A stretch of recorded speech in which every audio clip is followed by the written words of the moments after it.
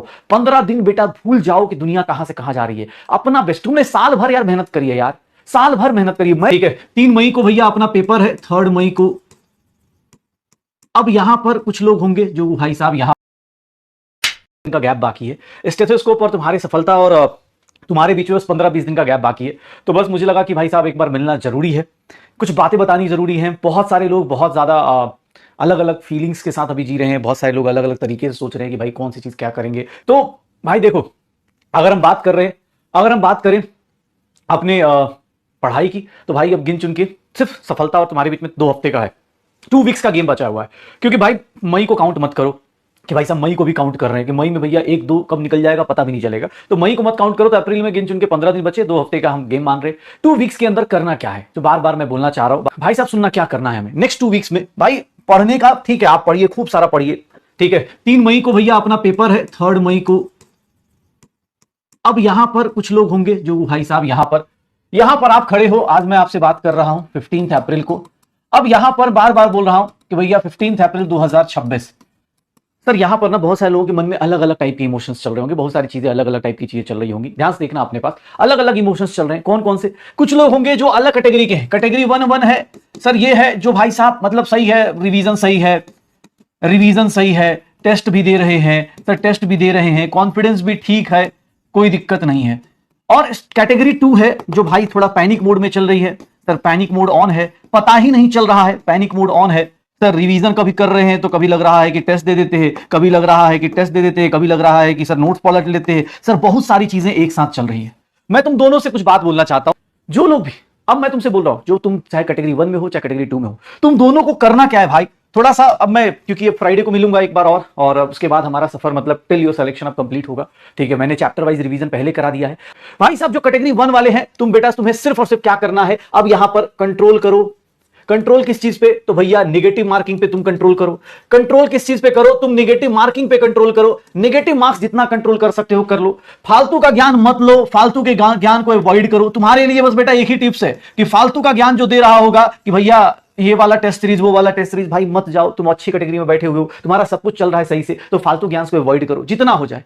लेकिन जो कैटेगरी 2 में है बेटा, सच बता रहा हूं, तुम्हारा सिलेक्शन हो जाएगा, कोई दिक्कत नहीं। तुम रैंक के लिए फाइट करो, कुछ लोग ऐसे हैं जो अभी यहां पर इस मोड में होंगे, पैनिक मोड में, उनको यही नहीं समझ में आ रहा कब क्या करे। बेटा मैं एक बात बताता हूं, बस एक बार दिल से अपने आप से एक बार खुद से पूछो, मैंने साल भर मेहनत करी है, चाहे अप्स एंड डाउन्स में करी है, 2 दिन पढ़ा 2 दिन नहीं पढ़ा, मतलब मैंने मेहनत तो करी है। मैं एकदम ऐसा भी नहीं था कि 6 महीने बाद मतलब आया हूं, ऐसा तो नहीं है। अगर तुमने साल भर मेहनत करी है, ठीक है, तुम्हें कॉन्फिडेंस नहीं आ रहा है, लग रहा है कि ये छूट गया वो छूट गया, पहला काम ये करो, पैनिक होना बंद करो।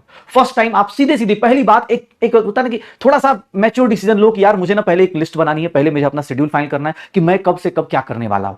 आप पहला काम, जो पैनिक मोड वाले लोग हैं, रिवीजन पे डाउट हो रहा है, ये भी डाउटफुल है, सब डाउट चल रहा है, बेटा पहले कोई एक चीज पकड़ लो जिसको जिस तरह से लग रहा है। पहला भाई साहब, कोई पैनिक नहीं होना है। अब मैं बोलूं सर पैनिक कर, ऑब्वियस ये तो सब लोग बोल रहे होंगे, तो मैं बोल दूंगा तो क्या अलग हो जाएगा। बेटा प्लीज बात को समझना, पैनिक होने से इस टाइम पर और कुछ भी गलत सोचने से कि भाई मैं अगले साल ऐसा फोड़ दूंगा, उसको ऐसा कर दूंगा, अगले साल तो रैंक 1 लेके आऊंगा, प्लीज ये सब फालतू की चीजें सोचना बंद कर दो। कुछ लोग अंदर ही अंदर रो रहे होंगे कि नहीं यार मेरा तो मतलब बुरा हाल हो चुका है सर, मैंने ड्रॉप लिया था, या मैंने ये किया था, मैंने ये करा था। बेटा सच बता रहा हूं, ये सब का टाइम आने वाला है। 3 मई के बाद ना जो होगा एक्सेप्टेबल होगा, लेकिन 3 मई तक ना प्लीज भाई कोई पैनिक मत कर। क्यों? क्योंकि भाई साहब 3 मई के बाद तुझे लगता होगा अरे सर नहीं सिलेक्शन नहीं होगा, तुझे पता है क्या एग्जाम हॉल में कौन सा क्वेश्चन आएगा? हो सकता है ना, जो भाई देख कभी कभी ना अपने ऊपर भरोसा रखो, हो सकता है ना एग्जाम हॉल में किसी क्लास की कोई भी चीज कुछ याद आ जाए। भाई तो ये क्यों सोच रहे हो तुम? ये पैनिक मोड में जाना, पहले खुद को कंट्रोल करो। सच बता रहा हूं, 3 मई के बाद बेटा बैठ के सोचेंगे ना, बैठ के हम लोग बात करेंगे फिर से बैच में आके, फिर से यूट्यूब पे कहीं ना कहीं बात होती रहेगी आपसे। ये मत सोचना सर सिलेक्शन होगा नहीं होगा अभी नहीं पता है किसी को, वो सब कुछ पता चलेगा 3 मई को। तो भैया अभी से ही मैं क्यों सोचना शुरू करूं अगले साल का प्लानिंग? हाँ डर लग रहा है, ऐसा हो रहा है। कुछ लोग अभी 2027 की प्लानिंग अभी से चालू कर चुके होंगे। बेटा सच बता रहा हूं, कभी भी किसी को 100% कॉन्फिडेंस बिफोर एग्जाम कभी नहीं आता। इवन रैंक 1 वाले को भी नहीं रहता कि भैया रैंक 1 आएगी। ये सारा का सारा एग्जाम हॉल का गेम है।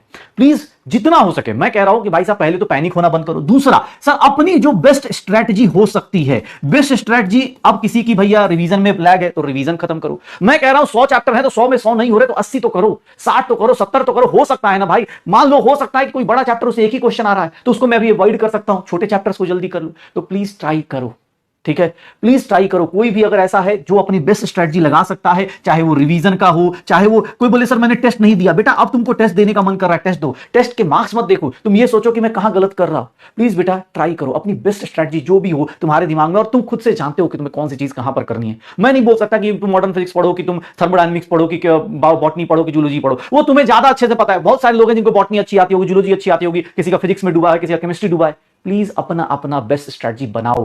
15 दिन बेटा भूल जाओ कि दुनिया कहां से कहां जा रही है। अपना बेस्ट, तुमने साल भर यार मेहनत करी है यार, साल भर मेहनत करिए। मैं भाई खड़ा रहा हूं, मुझे पता है भाई साहब तुमने साथ साथ में हमारे साथ साथ मेहनत करी है, तो मत डरो, तुम्हारे सब दिमाग में ही है, बस तुम डर रहे हो, इसीलिए वो दिमाग में नेगेटिव थॉट्स ज्यादा हेवी हो रहे हैं। प्लीज ट्राई कीजिएगा, ठीक है। कोई भी, हाँ अरे कोई फर्क नहीं पड़ रहा मेरे 300 नंबर आ रहे कि 400 नंबर आ रहे, नीट में कितने आएंगे उससे फर्क पड़ता है। मैं यहां पर मॉक टेस्ट में सर टॉप पे टॉप कर रहा था, और नीट के एग्जाम के दिन जाके मैं सब भूल गया, तो बेटा जीरो हो गए।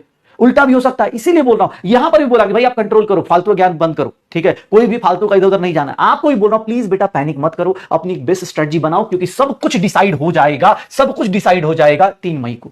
आप यहां से यहां जा सकते हो, यहां से यहां आ सकते हो, कुछ भी हो सकता है। सिलेक्शन और नॉन सिलेक्शन में बस थोड़ा सा डिफरेंस है। जो लोग भी पैनिक मोड में, प्लीज खुद को कंट्रोल करो। मैं बहुत लोगों को पर्सनली जानता हूं जिनको ये रिग्रेट हो रहा है कि सर मैं और अच्छा कर सकता था। मैं जानता हूं तुम और अच्छा कर सकते हो, ठीक है, लेकिन अभी अपना बेस्ट करो। मुझे पता है तुम बहुत अच्छा कर सकते थे, तुम ऐसा रिवीजन, लेकिन हम टाइम में रिवर्स नहीं जा सकते, पीछे नहीं जा सकते टाइम में। तो भैया हम अब बचे हुए टाइम को अपना बेस्ट दो। मैं जानता हूं कि तुम अच्छा कर जाओगे, मुझे भरोसा है। अगर तुम्हारे मन में ये ना कि भाई मैं और अच्छा कर सकता था सर, मैं और अच्छे से रिवीजन कर सकता था, बेटा ये 15 दिन ना अपना बेस्ट दे के देख लो, सच में बहुत मजा आने वाला है, ठीक है। डन। तो भाई ये अपने पास कुछ बातें थी जो मुझे बतानी थी। कोई भी, बट बेटा बस 2-3 चीजें याद रखिएगा। एग्जाम हॉल में कंट्रोल करना है खुद को, कंट्रोल करना है खुद को भाई साहब, जितना हो सकता है कंट्रोल करिएगा। ऐसा नहीं अच्छा क्वेश्चन आया उसको रिस्पेक्ट दीजिएगा, हाँ इजी क्वेश्चन आया खटाखट निकाल दीजिए। भाई साहब कंट्रोल करिए अपनी एक्यूरेसी पे और अपने टाइम मैनेजमेंट पे। ये 3 चीजों का एग्जाम हॉल में जाने से पहले प्लान कर लीजिएगा। मैं बार बार बोल रहा हूं बेटा, टाइम मैनेजमेंट की एग्जाम हॉल में मैं कैसे मैनेज करूंगा। हो सकता है इस बार भैया फिजिक्स के बदले केमिस्ट्री, बॉटनी, जूलॉजी कुछ भी डिफिकल्ट आ जाए, तो मुझे अपना टाइम सेट बना लेना है, दिमाग में ये सब चीजें कर लेनी है, खुद पे कंट्रोल करना है। पेपर डिफिकल्ट हुआ तो मैं पैनिक नहीं होऊंगा, पेपर डिफिकल्ट हुआ उसको रिस्पेक्ट करूंगा, और भाई साहब बाकी सारे पेपर्स को अच्छे से अटेम्प्ट करूंगा जितना मेरे से हो पाए। पेपर इजी आया तो भैया और अच्छे से अटेम्प्ट करूंगा, क्योंकि पेपर इजी है, ठीक है ना। ट्राई स्टार्ट करें, हाँ स्टार्ट करें भाई साहब। तो प्लीज ट्राई कीजिएगा एग्जाम हॉल में एक्यूरेसी पे, अपने ऊपर कंट्रोल और टाइम मैनेजमेंट का ध्यान रखिएगा, क्योंकि ये कुछ बेसिक गलतियां हैं जो बहुत सारे बच्चे हर साल कर देते। कुछ लोग टाइम नहीं मैनेज कर पाते, पता चला फिजिक्स के क्वेश्चन छूट गए, कुछ लोग एक्यूरेसी खराब कर लेते, कुछ लोग किसी गलत क्वेश्चन में भिड़ जाते जिसका आंसर बाद में भी नहीं आ रहा होता है, तो वहां टाइम निकाल